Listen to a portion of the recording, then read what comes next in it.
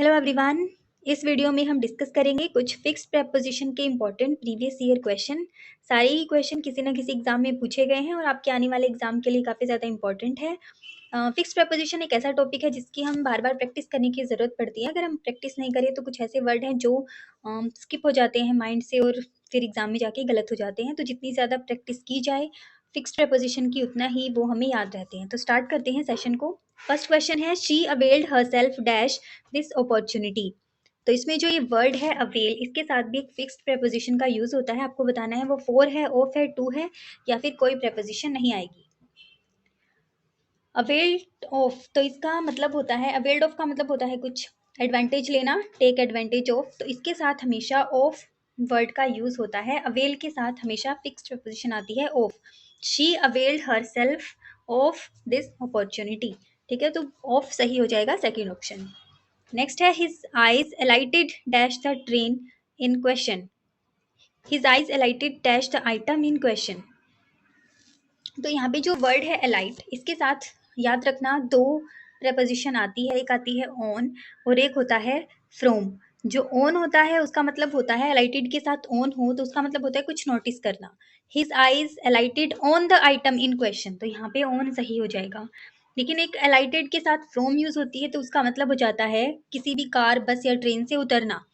ठीक है, alighted from the train, when he alighted from the car he was welcomed with open arms। तो alighted from का मतलब हो जाएगा किसी चीज से उतरना, बस से, कार से या फिर ट्रेन से। और alighted on का मतलब होता है कोई चीज नोटिस करना। तो यहाँ पे जो है वो on वर्ड सही हो जाएगा, ए ऑप्शन सही है। नेक्स्ट है he is blind dash left eye and needs a major surgery। अब आपको बताना है कि यहाँ पे क्या आएगा, इन आएगा, ऑफ आएगा, टू आएगा या फिर कोई प्रेपोजिशन नहीं आएगी। देखो, अंधा होने का बहुत सारे मतलब होते हैं। ब्लाइंड जो वर्ड है ये अपने साथ ब्लाइंड इन भी लेता है, टू भी लेता है और ऑफ भी लेता है। ठीक है, तो अभी जो भी लेफ्ट आई यानी आंख से अंधा है, वो रियल में अंधा है, तो उसके साथ हमेशा इन आता है, ध्यान रखना। He is blind in left eye and needs a major surgery. ठीक है, इन लेफ्ट आई आ जाएगा, यहाँ पे सही है। एक होता है ब्लाइंड टू। ब्लाइंड टू का मतलब होता है किसी कोई भी बच्चे की जो नज़रअंदाज करना, किसी की गलतियाँ। ब्लाइंड कहते हैं ना कि ये तो उसके अंधा हो गया है, अपनी इसे अपने बच्चे की कमियां दिखाई नहीं देती या फॉल्ट दिखाई नहीं देता, तो इग्नोर करना। ब्लाइंड टू का मतलब होता है इग्नोर करना, ब्लाइंड टू। अगर आंख से अंधा है तो इन आ जाएगा, और अगर वो किसी की गलतियों के प्रति अंधा है, इग्नोर कर रहा है, तो ब्लाइंड टू आएगा उसके साथ। तो यहाँ पे लेफ्ट आई से वो अंधा है तो इन आ जाएगा, फर्स्ट ऑप्शन सही है। नेक्स्ट है we should not be blind dash the fault of our children. ये वही है कि क्या नहीं होना चाहिए, ब्लाइंड अंधा यानी इग्नोर नहीं करना चाहिए चिल्ड्रन की फॉल्ट को। तो यहाँ पे टू ऑप्शन सही है, ब्लाइंड टू, बी ऑप्शन सही हो जाएगा। नेक्स्ट है she was born dash a beautiful parents. अब जो ये वर्ड होता है बोर्न, इसके साथ भी दो प्रेपोजिशन आती है हमेशा, एक होता है ऑफ और एक होता है टू। ठीक है, बोर्न के साथ अगर ऑफ लगा हो, यहाँ पे ऑप्शन बी सही है। She was born of a beautiful parents, मतलब कि वो बच्चा है किसी का, तो ऑफ आता है। एक आता है बोर्न टू, वो पैसिव वॉइस में यूज होता है, जैसे कि अ सन वॉज बोर्न टू हर। अगर पैसिव वॉइस में बोर्न वर्ड यूज हुआ हो तो हमेशा टू लगता है उसके साथ। लेकिन अगर she was born of a beautiful parents, अगर बताना हो कि वो पैदा हुआ है, किसी का बच्चा है, तो उसके साथ ऑफ आ जाएगा। तो यहाँ पे बी ऑप्शन सही है, ऑफ। नेक्स्ट है there is no cause dash anxiety. अब कोज के साथ भी प्रेपोजिशन यूज होती है फिक्स। एक होती है फोर और एक यूज होता है, एक यूज होती है फोर और एक यूज होता है कोज के साथ ऑफ। जब भी रीजन की बात की जाए, कारण की बात की जाए, कोज का एज ए कारण यूज हुआ हो कोज, तो यहाँ पे लगता है हमेशा फोर। तो यहाँ पे फोर ऑप्शन सही है, there is no cause for anxiety. Anxiety का कोई भी कारण नहीं है, तो यहाँ पे फोर सही हो जाएगा। लेकिन अगर रिजल्ट के तौर पे यूज हुई हो, जैसे कि the cause of cancer is still unknown, है ना, इसका कारण नहीं पता चल पाया, मतलब रिजल्ट के तौर पे यूज हुई हो, तो हमेशा ऑफ लगता है, यहाँ पे फोर सही है। नेक्स्ट है the cause dash cancer is still unknown. तो यहाँ पे रिजल्ट पता चल रहा है कि जो कैंसर है उसका कारण अभी पता नहीं चल पाया है, तो यहाँ पे जो रिजल्ट के तौर पे यूज हुआ है तो यहाँ पे ऑफ यूज हो जाएगा, ए ऑप्शन सही है। नेक्स्ट है he died dash malaria after a few days illness. Died के साथ भी ऑफ फ्रॉम यूज होती है, तो प्रपोजिशन ऑफ या फिर फ्रॉम। इन भी यूज होता है डाइड के साथ। तो मलेरिया से मरा है वो, तो यहाँ पे अगर किसी भी बीमारी से मरता है, मलेरिया हो या कुछ भी कोई भी बीमारी, तो उसके साथ हमेशा यूज होता है ऑफ। ठीक है, फर्स्ट ऑप्शन ही सही है। लेकिन अगर वो किसी और कारण से मरता है, जैसे कि कोई भी ज़्यादा काम करने की वजह से कोई मर गया है, तो फ्रॉम यूज़ होता है हमेशा। ठीक है, कोई एक्सीडेंट में मरता है तो इन यूज़ होता है। तो यहाँ पे वो किसी बीमारी की वजह से मरा है तो ऑफ यूज़ हो जाएगा। He died of malaria after a few days illness. He died dash overwork, वो ओवरवर्क से मर गया तो ही डाई फ्रॉम ओवरवर्क। ठीक है, यहाँ पे ऑफ नहीं आएगा, फ्रॉम ओवरवर्क। नेक्स्ट है India and America have entered dash various agreements. अब यहाँ पे भी जो एंटर वर्ड है उसके साथ दो चीज़ें होती है। एंटर्ड के साथ या तो इनटू यूज़ होता है या फिर इसके साथ कोई प्रपोजिशन यूज़ नहीं होती। जब भी एंटर करना हो हमें किसी भी एब्स्ट्रैक्ट चीज़ में, जैसे कि कोई रिलेशनशिप में या कोई एग्रीमेंट में, तो हम हमेशा इनटू यूज़ करते हैं। तो यहाँ पे इनटू सही हो जाएगा, क्योंकि India and America have entered into various agreements. ठीक है, लेकिन अगर कोई फिजिकल चीज़ में एंटर करना हो, जैसे कि enter into a room, into a classroom, कुछ भी कहीं भी, तो वहाँ पे इनटू यूज़ नहीं होगा, सीधा कोई प्रपोजिशन यूज़ नहीं होगी। India and America have entered into various agreements, और किसी और चीज़ में एंटर कर रहे हैं तो उसके साथ इनटू यूज़ नहीं होगा, कोई प्रपोजिशन यूज़ नहीं होगी। ठीक है, नेक्स्ट है he is good dash the piano. अब गुड के साथ हमेशा एट यूज़ होता है, he is good at the piano.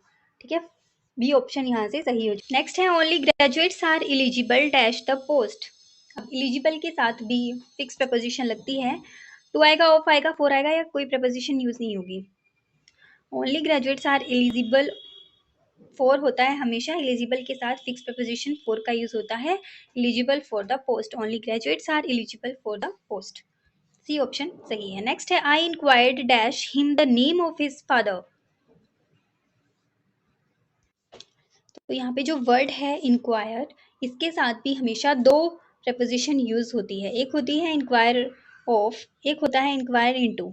ठीक है, जब भी हम कोई भी इन्वेस्टिगेट करते हैं, जैसे पुलिस से, the police are inquiring into the case, तो वहाँ पे इनटू यूज होता है। लेकिन यहाँ पे कोई भी पर्सन से हम वैसे ही कैजुअली पूछ लेते हैं, आई inquired dash him the name of his father, हम ऐसे ही पूछ लेते हैं किसी के फादर का नाम, तो यहाँ पे जो है वो ऑफ यूज हो जाएगा। फर्स्ट ऑप्शन सही है, I inquired of him the name of his father. लेकिन कोई पुलिस कोई इन्वेस्टिगेशन कर रही है, या हम कोई पुलिस के साथ इन्वेस्टिगेशन में शामिल हैं, तो वहाँ पे इनटू यूज हो जाएगा। ठीक है, the police are inquiring into the case, यहाँ पे इनटू हो जाएगा, सी ऑप्शन सही है। ठीक है, he lives entirely dash vegetables these days. अब यहाँ बताने कि लिव्स के साथ कौन कौन सी प्रपोजिशन। देखो, आपको पता है कि लिव के साथ इन भी यूज होता है। जस्ट अ सेकेंड, लिव के साथ इन भी यूज होता है, लिव के साथ एट भी यूज होता है, और ऑन भी यूज होता है। अब इन तो हम बहुत बार पढ़ते आ रहे हैं कि live in America, live in India, तब वहाँ पे इन यूज होता है। और एट यूज होता है कोई भी प्लेस के लिए, कि जैसे I live at Jaipur in India, तो वहाँ पे एट जयपुर छोटे प्लेस के लिए, कोई इंडिकेट करना हो हमें कोई प्लेस, तो वहाँ पे एट यूज होता है। ऑन भी यूज होता है जब हम किसी चीज पे जीते हैं, जैसे कि he lives entirely on vegetables these days, की वो सिर्फ वेजिटेबल्स पे जी रहा है आजकल। तो फूड की अगर हम बात करें लिव के साथ, तो हमेशा ऑन आता है, कि he lives on water only. तो फूड की अगर बात हो तो ऑन आता है, और छोटे प्लेस की बात हो, कोई प्लेस इंडिकेट किया हो, तो वहाँ पे एट आता है, और कोई कंट्री या बड़े एरिया की बात हो तो वहाँ पे इन आता है। ये हमें अच्छे से पता है। ठीक है, तो आई होप आपको ये पॉइंट समझ आया होगा। लिव के साथ तीन प्रपोजिशन यूज होती है। नेक्स्ट है I parted dash my friend in Delhi. अब पार्ट के साथ भी दो प्रपोजिशन यूज होती है, सेम केस। पार्ट के साथ एक तो विद होता है, एक फ्रॉम यूज होता है ना। अब अगर हम किसी चीज़ से पार्ट हो रहे हैं, किसी चीज़ से अगर हम अलग हो रहे हैं, तो वहाँ पे हमेशा विद यूज़ होता है। देखो यहाँ पे उल्टा है, जैसे कि एंग्री के साथ हम विद यूज़ करते हैं जब कोई पर्सन की बात हो रही हो, लेकिन अगर पार्ट में किसी पर्सन की बात हो रही है तो हम विद यूज़ करते नहीं हैं, तो हम फ्रॉम यूज़ करते हैं। I parted from my friend in Delhi, तो यहाँ पे फ्रॉम ऑप्शन सही है। लेकिन अगर यहाँ पे कोई भी थिंग की बात हो रही हो, जैसे कि a miser can not part with a single penny, ठीक है, कोई भी चीज़ की बात हो रही हो तो विथ, और पार्ट के साथ किसी पर्सन की बात हो रही हो तो फ्रॉम आता है। डी ऑप्शन सही हो जाएगा। देखो, a miser can not part dash a single penny, कि वो एक भी पैसे से अलग नहीं हो सकता, तो यहाँ पे विद ऑप्शन सही है पार्ट के साथ। ठीक है, नेक्स्ट है Arnab was married dash a famous doctor. तो मैरी के साथ भी हमेशा दो केसेस बनते हैं, या तो टू यूज़ होता है मैरी के साथ, या फिर कोई प्रेपोजिशन यूज़ नहीं होती। बेसिकली जब एक्टिव वॉइस की बात हो रही हो तो कोई प्रेपोजिशन यूज़ नहीं होगी, राम मैरी सीता से सिंपल आएगा।